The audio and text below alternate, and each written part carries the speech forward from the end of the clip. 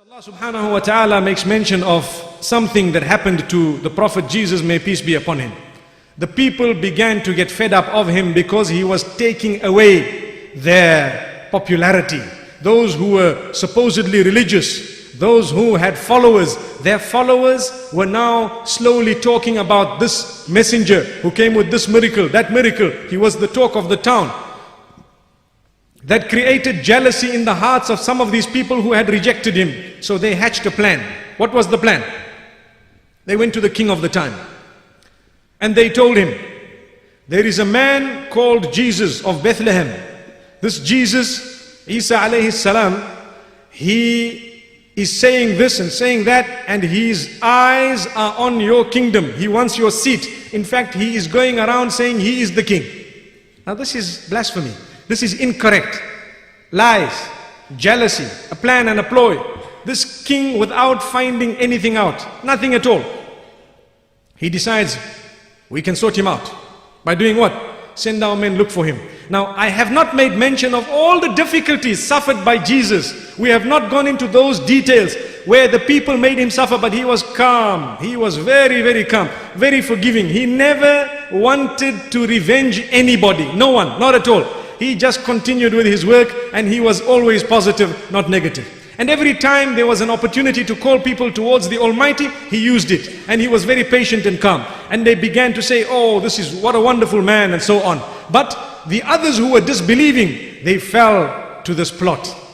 So when the people came, they wanted to know, where is Jesus? He was nowhere to be found. Where is he? We want to know. Now, the disciples knew where he was. And I'm mentioning to you one narration. The disciples knew where he was. There was one of the disciples, the name given is Judas Iscariot. Allah knows best who exactly he was, but one of the disciples. And he decided to become a traitor. In fact, Shaitan overtook him. The devil overtook him, and he led the men of this king and the Jewish people who were behind wanting to murder Jesus, may peace be upon him, to the room where he was. And there was a little window.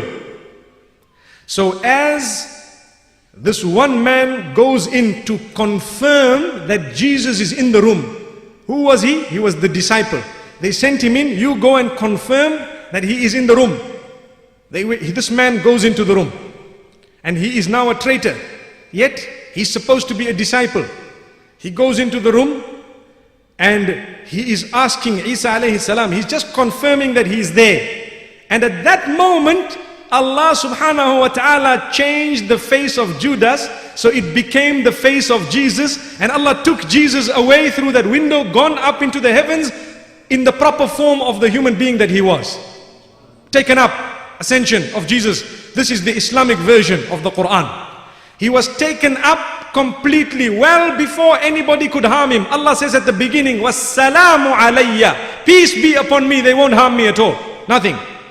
So Jesus Christ, may peace be upon him, was not harmed at all, nothing. He was taken up and the face of this traitor was made to be the face of Jesus. So now he was taking long to come out. A little while later he comes out, these people are looking, they see Jesus, they go and hold him.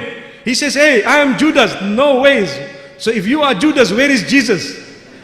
And if you are Jesus, where is Judas? They went back in. So they didn't know, they were also a little bit confused, but facially they knew this is Jesus. And this man is continuing to say, I am not Jesus, I am Judas. They took him, they put a huge cross for him, they nailed him into the cross, and according to one narration, they took a crown of thorns as a means of disgrace for him, and they placed it on his head. And they were happy, telling everyone, we have crucified Jesus. But Allah knows Jesus was taken well before anybody could harm him. Subhanallah.